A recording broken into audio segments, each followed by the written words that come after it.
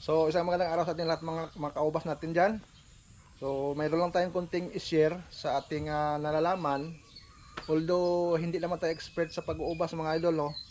Pero mayroon lang tayong konting i-share sa inyo yung mga gustong magtanim.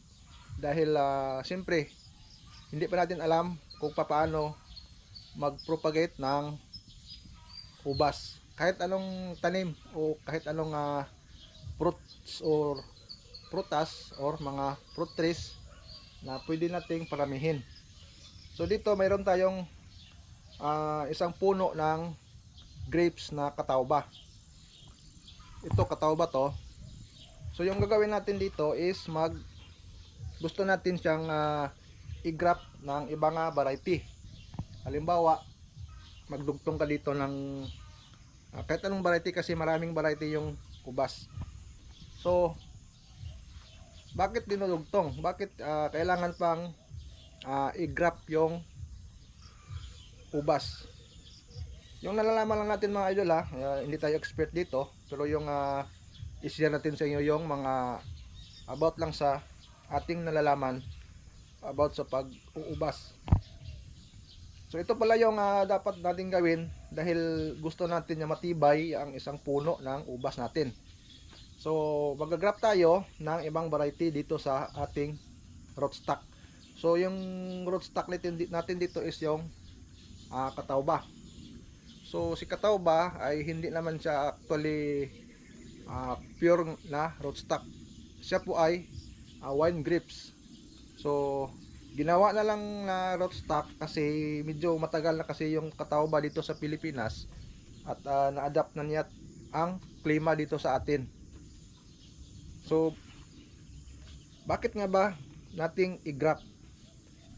So yung nauna lang dahilan bakit nating i-graft yung ating katawba ay para may resistensya sa mga sakit.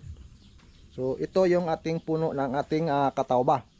So yung ginawa ko dito is dahil gusto kong mag-graft dito ng isang variety. Actually dalawang variety yung nakadikit, pero isa lang yung kunin ko dito kapag nag-success. So ito nag-graft ako dito ng isang variety ng ubas na Heliodor. Yan. At saka dito sa taas yung academic. Ito academic to. Academic din to. At saka mayroon dito. Mayroon pa dito. So yung kuwan ko dito is kapag ito kasi yung Heliodor yung gusto kong magtuloy dito. Siya yung aakyat sa taas. Siya yung gagapang papunta doon. Then itong academic, kapag nabuhay si academic, hindi magmarkot para magkaroon siya ng ugat bago natin siya ikat. Kasi si Heliodor yung patutuloyin natin. Ganon din dito sa isang dugtong natin. Kapag nabuhay itong academic, magmamarkot tayo dito. Ganon din doon sa dito ganon din. So meron na tayong pang instant na seedling. Yan yung pamamaraan ko dito.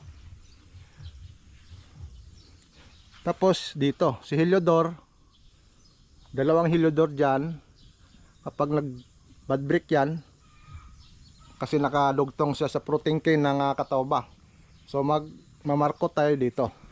So another seedling yan. Pwede natin siyang itanim o i-transplant doon sa ibang area natin. Yan yung propagation natin kasi yung sayon kasi medyo mahal. Yung mga in-order natin na mga sayon is nasa 250 yung isang stick for 4 na nodes. So medyo risky siya kung i-direct natin siya ng tanim sa seed bag kasi mas malaki yung tsansa na mabuhay siya sa ganitong paraan na pag halimbawa binrap natin siya sa ibang variety. So sana mayroon kayong natutunan kahit konti sa ating video ngayong araw mga idol, no. So huwag niyo kalimutan na i-subscribe yung ating YouTube channel. Dahil marami pa tayong ipag-share sa inyo kung paano o ano yung mga ginagawa ko dito sa aking munting ubasan.